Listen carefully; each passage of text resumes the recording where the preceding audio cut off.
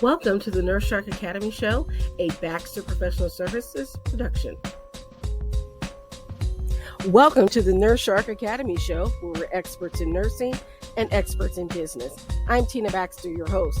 The Nurse Shark Academy Show highlights nurse business owners and others in the healthcare field who promote entrepreneurship. We interview nurse leaders and encourage them to tell their story. Today's guest is Wren Tolo, and today's episode, how one nurse's personal journey helped her bridge the wellness gap in healthcare. Tired of feeling trapped in a job that no longer fulfills you? Is your nursing job no longer the fun-filled adventure you imagined? Find your passion again through nurse entrepreneurship.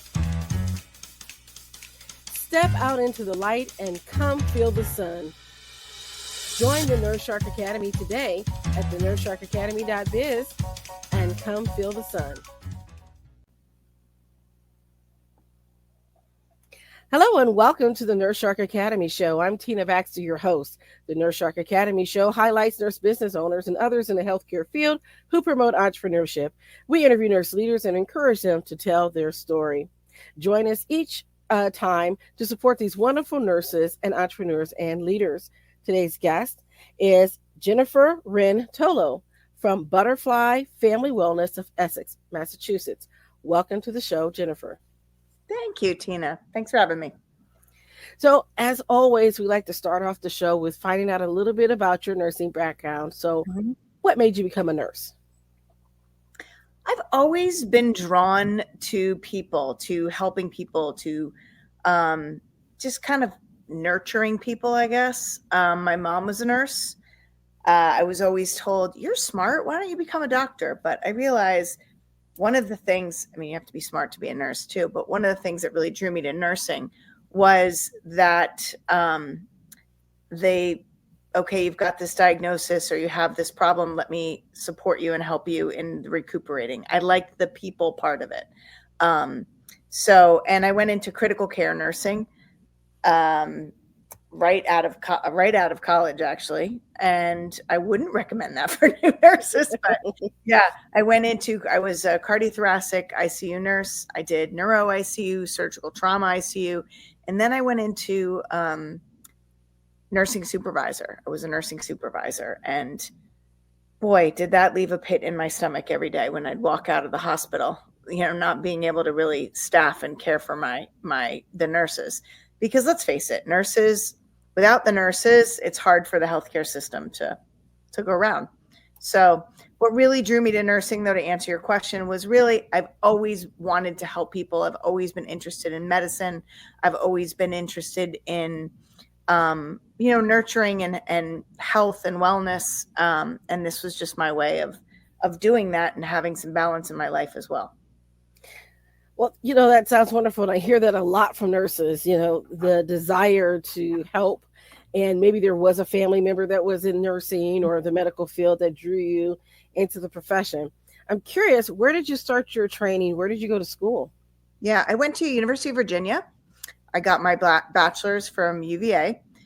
And then I got a master's degree. It's funny because if you had asked me while I was in nursing school, if I wanted to go back, and if I did go back to a graduate school, what I'd do, I would have been a nurse practitioner.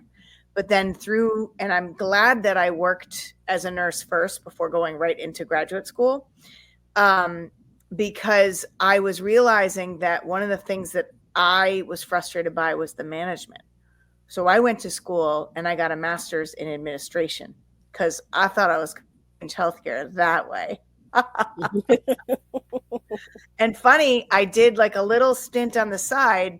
I did risk management for a little while because my dad was an attorney and I've always been kind of interested in the legal aspects. But I went into it was actually after I got married and I was going to graduate school.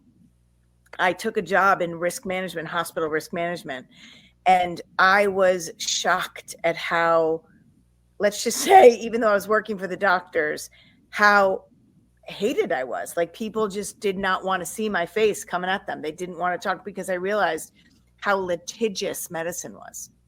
And Yes.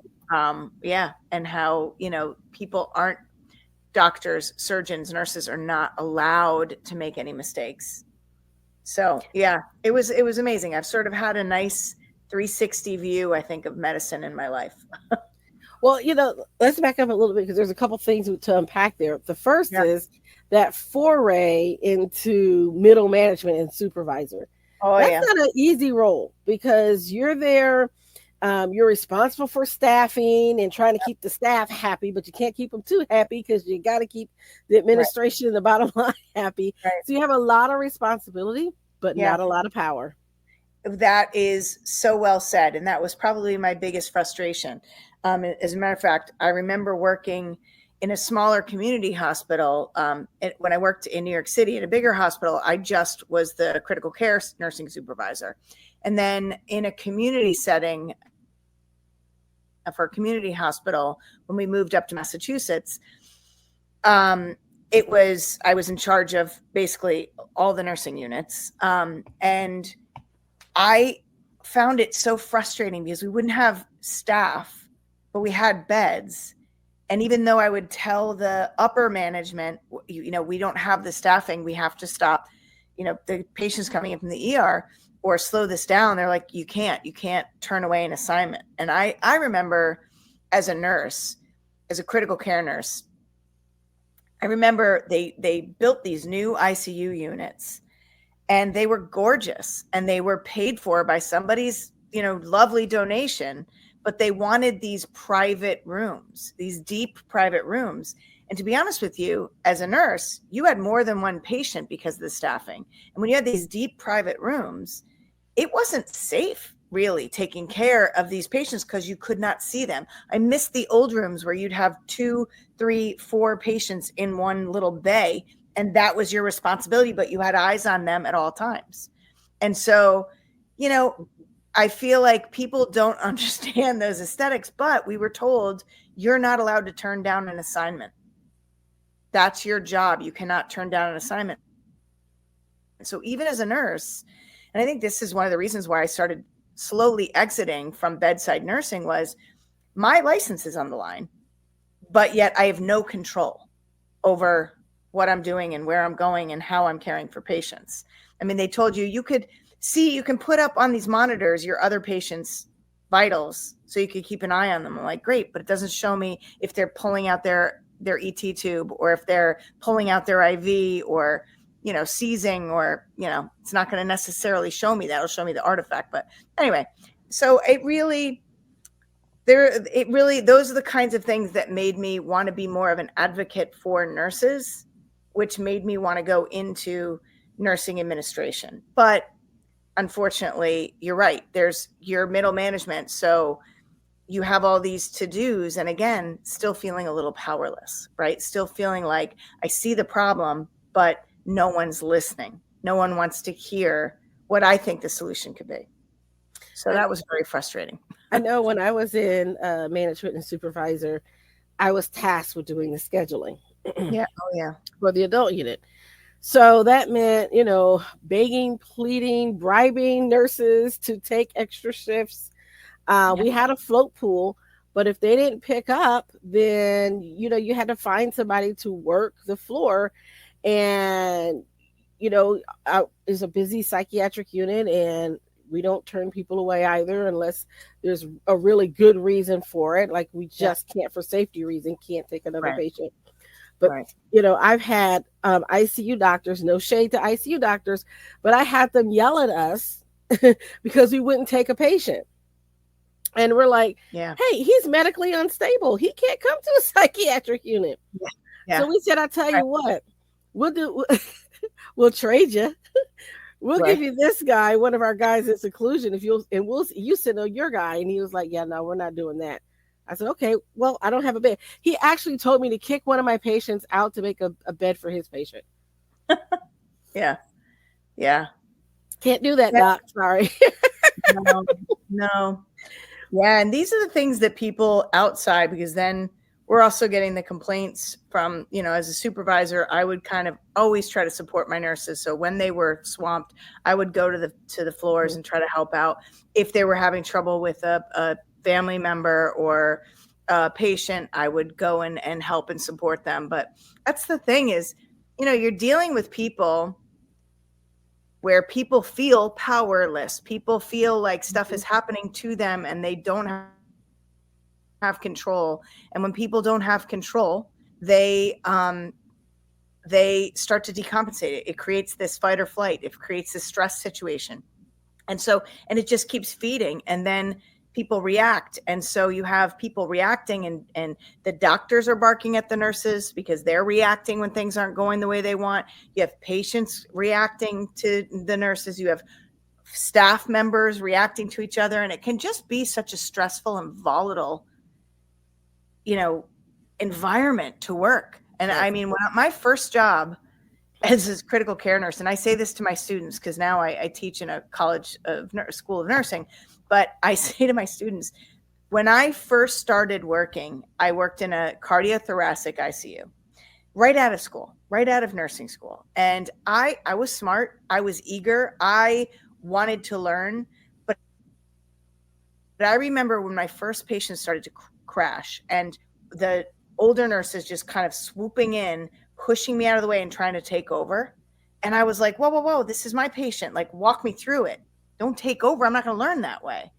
But it was almost like they wanted me to fail.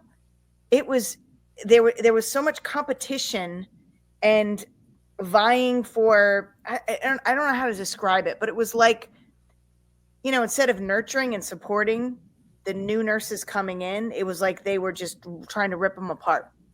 And it was just such a toxic environment. And I was like, I got to get out of here. Like, this is sucking my soul right now. So I left and went to surgical trauma, and that was better.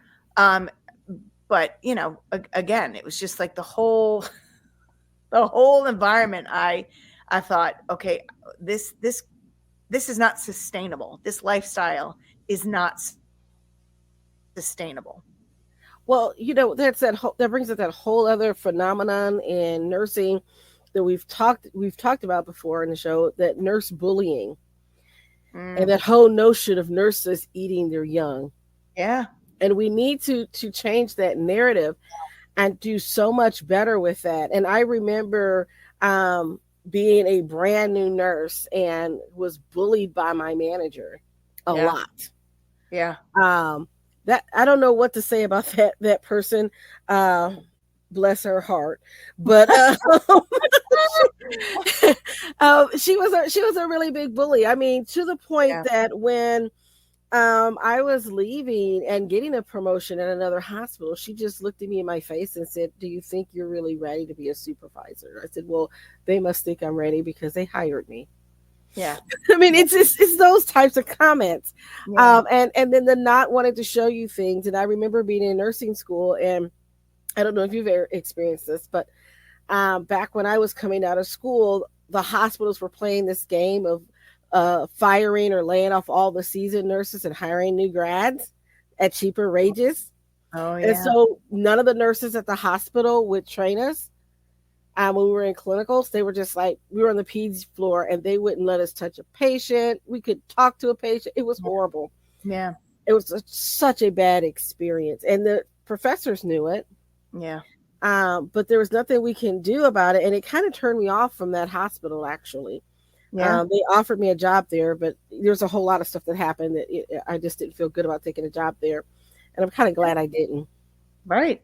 Right. Yeah. And I mean, I see my students now that are working so hard, and they're focused on the money, but they're burning themselves out. So they're taking double shifts, but then going to school, and they are not healthy. Because that's another thing. How many nurses do we see that are not healthy, that are not walking the walk? Because, I mean, I read something too, even in medical school, you have these people that are supposed to teach people how to be healthy, but they're not leading healthy lifestyles. They're not sleeping. They're not managing their stress. They're not eating right. They're not exercising, So, there's a lot of things broken in the system inside out.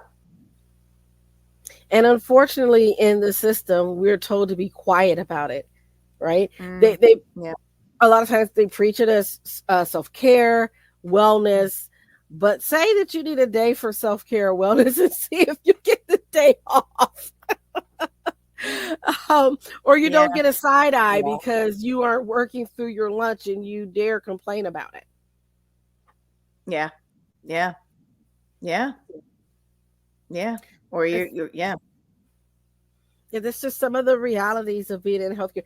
And I have to say, it wasn't always like that. Because I Yeah. remember when I started, I was working as a CNA in long term care, and we actually got our breaks. I got two breaks and a lunch, Mm, yeah. and sometimes was fed by the facility Yeah. for $1, but that's going way back. Yeah. Yeah. Yeah. I mean, and I do think it depends. And if we can have more organizations, more healthcare centers that value, right, Hmm. health and well-being of their employees, then I mean that's across the board, whether you're in medicine, business, like whatever it is, Yes. we have to start prioritizing health and well-being over dollars and productivity, because the productivity will come and the care and the innovation will come when you have people showing up as their best selves, and that only happens when they take care of themselves. So yeah. Well, I have to say, I think that went downhill when we had that big push for 12-hour shifts. When we Yeah, had but three 12 hours. 8-hour shifts, it was a Yeah. lot easier to manage having a little bit of time off. Yeah. You had a little bit of a break between going back. So doing doubles, working several days in a row wasn't as bad Yeah. because you had time to get off and go with your family or whatever you needed to do. Yeah. You worked your 8 and you're out. See, I liked working the 12s because you'd work your 12s, you'd work 3 days, 4 days, and you had more days off. Um, I didn't mind working the 12s. It depends because when I worked the floor, you would do your 12-hour shift, but you may have to stay and work 16. And then the next day I had to do another double. And then the next day I had to do another double Yeah, because those. I was on call and it was just horrible. Yeah, that's tough. That is tough. Yeah. Well, and what was tough for me is the rotation of days and nights. I mean, I know there are certain nurses that like working nights, and then there's most people want to work days. But as a new nurse, you had to do days Yeah. and I didn't know when I was coming or going. So that really messed up my schedule. And I have a really good friend of mine now who's a respiratory therapist, and it's the same for her. She still has to do these, and she's like top. She's an ECMO therapist, and she's like management and everything, and she still has to do these rotations to cover nights and weekends. And yeah, I mean, it's hard. There's a lot of sacrifice that Yeah. goes on to being in the healthcare industry. There just is. You Yeah, don't go into it because you want this glorious life, right? well, I think a lot of times that this is what we've kind of painted the picture of Hmm. on TikTok and Instagram, that this glamorous life of coming in, becoming a nurse, being a travel nurse, going to Yeah. these exotic places and making this big money and getting the bag. And we Yeah. promote that and we forget about the work, the care, the things that you need to do.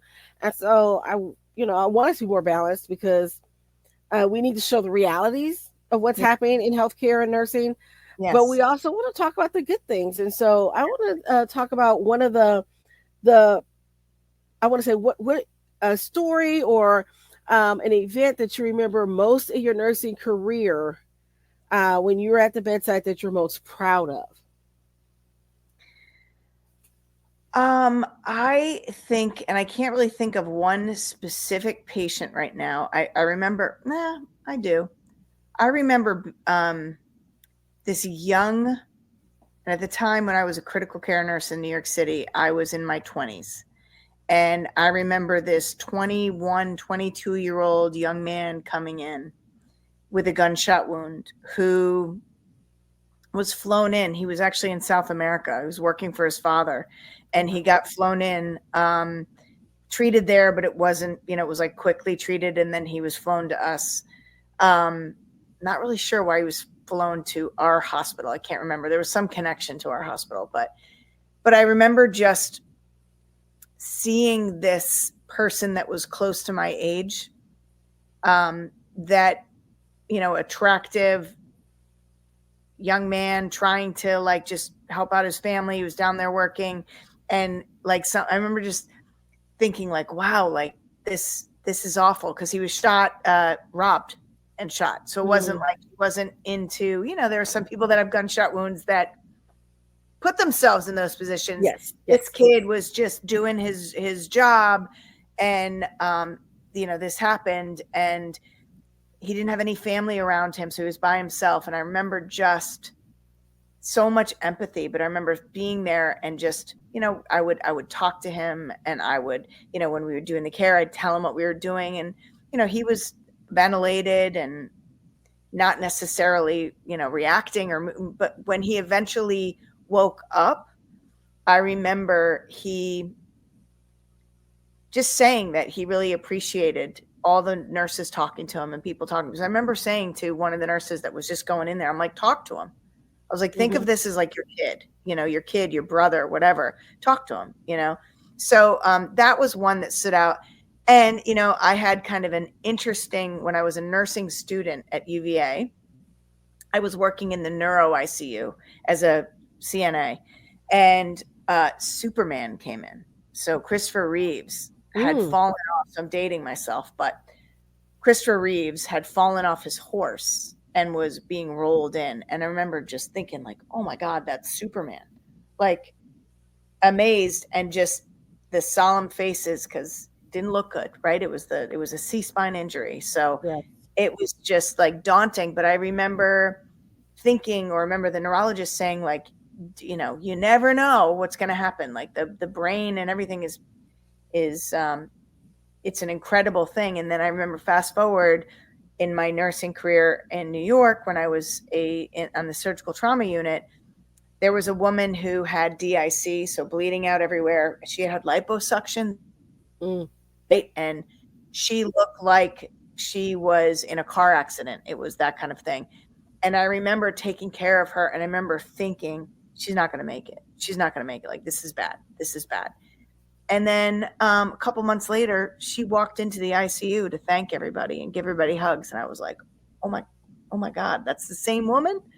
So like, just those kinds of miraculous recoveries, and the connecting moments, those are the ones that I will always remember. I've had some bad ones too, that I where patients were not so nice. You know, Yeah. but Yeah. uh, but those kind of rewarding moments, I would say, when you know that you made a difference for somebody, even talking to family, being there for family when somebody wasn't doing well, like, that's one of my strengths, is that connection, that soul connection piece. That's always been my strength, I think, as a nurse. You know what? That ability to connect, that empathy that we develop as a nurse, it helps us to really be present with our patients when they're going through their worst days of their lives. Hmm. But it's also important for us to remember that even though we have empathy for them, not to fall into the trap of having sympathy for someone. And then, because when you do that, you kind of give all of yourself to them and you have nothing to reserve. So Mm. there is a little bit of a clinical detachment that you have to have, Yeah. as a protective mechanism for you. Otherwise, you're taking everything home with you, Yes. and we remember the stories. And this is what I want our audience to hear. If you are not a nurse and you never had experiences as a caretaker, but you may have been a patient, we remember you. Yeah. Okay. The, Yeah.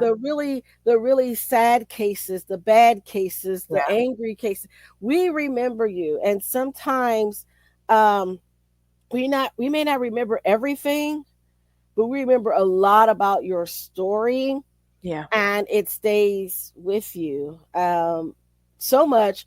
I remember, because you were mentioning training in New York. I remember when I was in New York for 9/11. Yeah, I was there too. Yeah. Yes, and I'll never forget having to go see this particular person who was in the hospital. Her family, her parents were there, I think, and her brother, but her fiance broke up with her after her horrific accident. because of 9/11. Mhm. He just couldn't deal. Mhm. This woman had to have major reconstructive surgeries. It was a lot. I don't want to. It's kind of graphic, so I don't want to get into all the stuff that happened with her. Yeah. But basically, the back half of her body was sheared off by part of the propeller or something like that that came down. So something metal kind of sheared the back half of her off. Wow. So it was very, very horrendous, her injuries. And we were going in as social health workers through the American Red Cross. I was a Mm. volunteer at the Red Cross at the time. And we were there to help support the family. But you think of stories like that that stick with Mhm. you. Mhm. Or the local postmaster who I happened to treat before he retired from the post office. And um, as he says it, I'm his angel because I saved his life because he was about to have a stroke. Yeah. His blood pressure was that high, and we caught it and we got him to the ER. And so Mm. things like that, I Yeah. want to hear. As nurses, those stories stick with us, and I think that's what keeps us going. Yeah. Even with all the stuff that's happening, and yes, there's things that need to be fixed. And I can tell you, you go to any company in the world, there's always something that needs to be fixed. But there's Mhm. something unique and special about being in healthcare that brings us back again and again. Well, it's the opportunity to make a difference in somebody's life, you Yes, know? on I on think a tangible level, on a yeah. real tangible level that you Yeah. can really see and feel. Yeah, absolutely. And I still do that even though I'm not in the hospital setting. I'm still doing that. That's what drives me, right? Like that's Yes. yeah. So, how did you transition then from being in the hospital, working in management, risk management, and all those things that we could talk about, but we don't have the time because we could talk for Mm. hours about this stuff. But Yeah, how did you yeah, yeah. transition to becoming an entrepreneur? Well, my second son when he was born had a massive neonatal stroke. And it really showed me the gaps in healthcare, really showed me the areas that were lacking and the areas of support and empowerment. And so I started to, my son had right sided weakness. I became a personal trainer. I got my first health coaching certification and nutrition certification. Learned about mindfulness and just dove into whatever I needed. I became a Reiki master, so I dove into all these different things that my son was going to need. And then fast forward a couple of years, and my third son, the same day I found out I was having my fourth son, my third son was diagnosed with leukemia. Now at this point I had all the things that I needed to support him through this journey. So I did Reiki on him every single day, and he never had all the bad mouth sores and side effects of chemotherapy. I knew how to be an advocate when they wanted to give him intracranial radiation because of a lab result that was showed that he was high risk. Um, I was like, wait a minute, because I knew and something in my gut, and I learned through these journeys to trust my gut. Something in my gut said, no, that's not what he needs. So I asked them to repeat the labs. My husband too. Asked them to repeat the labs, and sure enough, it was a lab error. So they were about to do something that could have completely damaged my son's brain. So, I was never afraid to stand up and to advocate for my kids, even when my son had the stroke and there were so many different cooks in the kitchen. There were so many different doctors. And I remember just saying, hey, can you guys all communicate? Can we come up with one plan instead of you guys doing this and you guys doing this? So, my management piece came out that way. But it really showed me the gaps in healthcare. And when I first started my business, I was really starting as a health coach, doing a lot of education, going into schools, working with kids, a lot of education about nutrition and preventative stuff. But what I found in all of, I've been doing this now for about 18 years. And what I found was really the answers and the transformation behind health and well-being. I was focusing on physical and nutritional health, even a little bit environmental health. But really, for me now, I focus on emotional and spiritual health and well-being. I really focus on helping people connect to what the hidden stressors are in their life. And, nurses in particular, I work with a lot of nurses. What are the hidden stressors in your life? What are the things that you have control over? And then how can you start to quiet that ego mind, that fight or flight that takes us down this crazy train? How can we quiet that and really connect to our soul and the messages of our soul, which are really what are going to help us lead our best life and show up our best selves? So that's what I do now. And I love it. And I, work from home, and I work, I teach in a school of nursing because I really wanted to show nursing, the holistic, the new generation, a holistic way of approaching health and well-being from 5 aspects, not just physical, it's not just nutritional, it's not just environmental. There's an emotional piece to it. And because a lot of medicine, we don't look at the root cause. And if you look at the root cause of a lot of illnesses, stress is the root cause of a lot of illnesses. And particularly emotional and spiritual stress, this disconnect, people not knowing who they are and what they need, and losing themselves because they're following all the shoulds, and they're trying to be something that they think they're supposed to be, instead of really connecting with themselves and understanding, who am I and what do I need in this moment for me to be well? So I think that's wonderful, and that's great that you were able to marry everything and take what could have been a tragedy, what could have been a moment of pain, and turn it into a triumph, and then use it to help you, to help others, through your business. Yeah. So, and I do a lot of health advocacy with my business too, like people that are struggling with navigating the system and understanding, what to do or where to go. So yeah, no, you're right. I believe in making lemonade out of those lemons. So what has been your biggest challenge in starting your business? Really, I think my biggest challenge is staying in alignment with what I know to be true, staying in alignment with what my soul is telling me. There's a lot of people that want to take their problems and say, here, fix me, and give somebody else the, authority over them, or to hand their problems over and have somebody else fix them. And I think my biggest challenge is really getting people to see that I'm not the one doing the work. I'm not the one who's going to fix you. First of all, there's nothing broken. I am here to reconnect you to you, to teach you what the whispers are that your mind tells you, that your body tells you, that your soul tells you, and help you understand that. That's why I say I'm a soul connector. It's like I'm translating at first, but I don't want somebody to be dependent on me to be healthy and well. I want them to take ownership of their own lives and to learn, what do I need? How do I learn that language? Jen's going to teach me that language. I might be the translator in the beginning, but then I'm teaching you the language, so you don't need me anymore. But you got to own it. And I think the biggest challenge is people don't want to do the hard stuff. They want the easy road. They want the quick fix and the pill. And lasting health and well-being is not a quick fix. There is no pill for that. You need to do the work. You need to do the work of self-reflection and you need to be accountable for your own life and your own choices.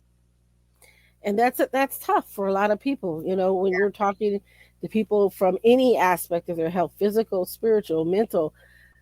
When you talk about that you mean I'm the one in control? Yes, you are. And I try to get my clients to see that. It can't be a pill for everything.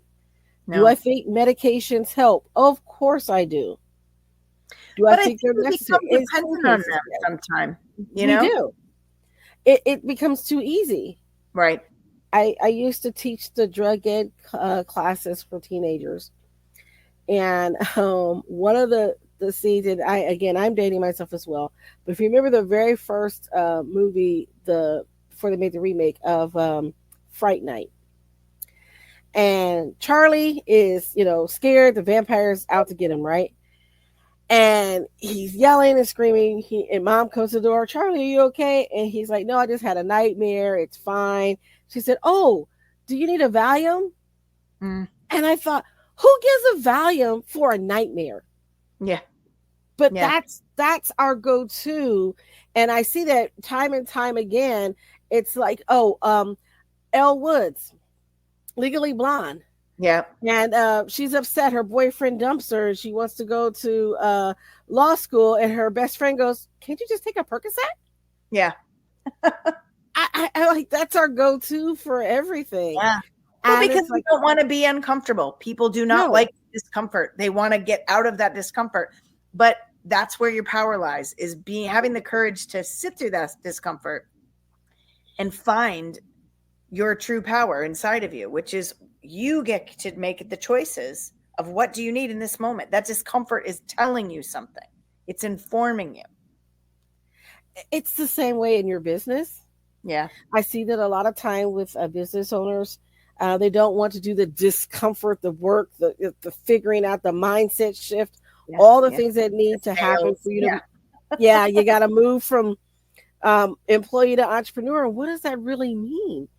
Yeah. And sales shouldn't be a dirty word, Mm-mm. because what sales really is and should be is an offer of help. If you're helping someone Yeah. and you're providing a service that Yeah. they need, Yeah. you're helping. You're not selling. It's a way you think of it, and a Right. mindset shift for people. Yeah.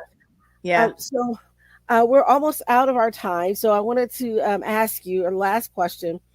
If you had a piece of advice for a budding entrepreneur, what would it be? To be careful about listening to everybody else's shoulds and supposed to's, and really stay in alignment with what you know to be true for you, and really let your passion, your intention lead, because it's really easy to get pulled off your path when you're kind of stuck in the numbers and the ego starts to take over, where you think you want this outcome and this person is going to tell you how to get that outcome. It's there are so many different ways of doing stuff, and the right way only you know. So stay true to you and to your path. Definitely, definitely. So you have a promotion for our listeners. You have your free 5 steps to shift negative mindset and to begin to thrive. Yes. Um, how would our listeners get a hold of your free gift and get in contact with you? I'm going to give you the link for the free gift. But if you go on to we can go onto my Instagram, and Instagram is just at Wren Tolo. And if you follow me on Instagram, you can look at the profile and download right there's a link in my profile. You can download that right there if you don't have the links or access to the show notes here. And people can get a hold of me by reaching out to me, Jen, Jen, at Jennifer, Wren, Wren, Tolo.com. All right. Well, thank you so very much. That's www.jenniferrentolo.com. Please go ahead and reach out to her, and I will be putting her link. She did leave her link. I'll be putting the link into the show notes for those that want to talk with her further about stress management, personal health journeys, all these different things. Whatever you have, be sure to reach out to her. And I thank you for tuning in and listening. Thank you. Oh, thank you, and you've been a wonderful guest. And I'm looking forward to being able to do something with you in the future, because I think there's going to be some synergy there. Um, Please don't forget, if you're watching us on YouTube, to like and subscribe to our YouTube channel, the Nurse Shark Academy channel. Also, please go ahead and share this content. If you're listening to us on Podbean or wherever you get your podcast, please give us a rating and let us know how we did and how we can improve. And if you have a nurse that is out there and you want to, if you are a nurse and you think you'll be a good guest on the show, reach out to us at the nursesharkacademy.biz. We'll be happy to have a conversation with you. And don't forget that we also have special segments that are available for our patrons. So if you'd like to be a patron, head on over to our channel on Podbean and you can sign up and be a patron. Thanks a lot, and we'll see you next time. Bye. Bye-bye. Nurses, are you ready for more? My mission is for you to own your seat at the table of nurse entrepreneurship, gaining confidence, skills, and the freedom to live your life on your own terms. Assisting you in achieving your goals through tailored advice, continuous learning, and a collaborative approach is at the heart of everything I do. Stop being eaten alive. Come feel the sun. Be a nurse shark. Thank you for listening to the Nurse Shark Academy show wherever you get your podcasts or watching us on YouTube. Don't forget to like and subscribe, and don't forget to hit the notification bell so that you'll know when all of our episodes come out. If you want further information, you can contact us on the NurseSharkAcademy.biz.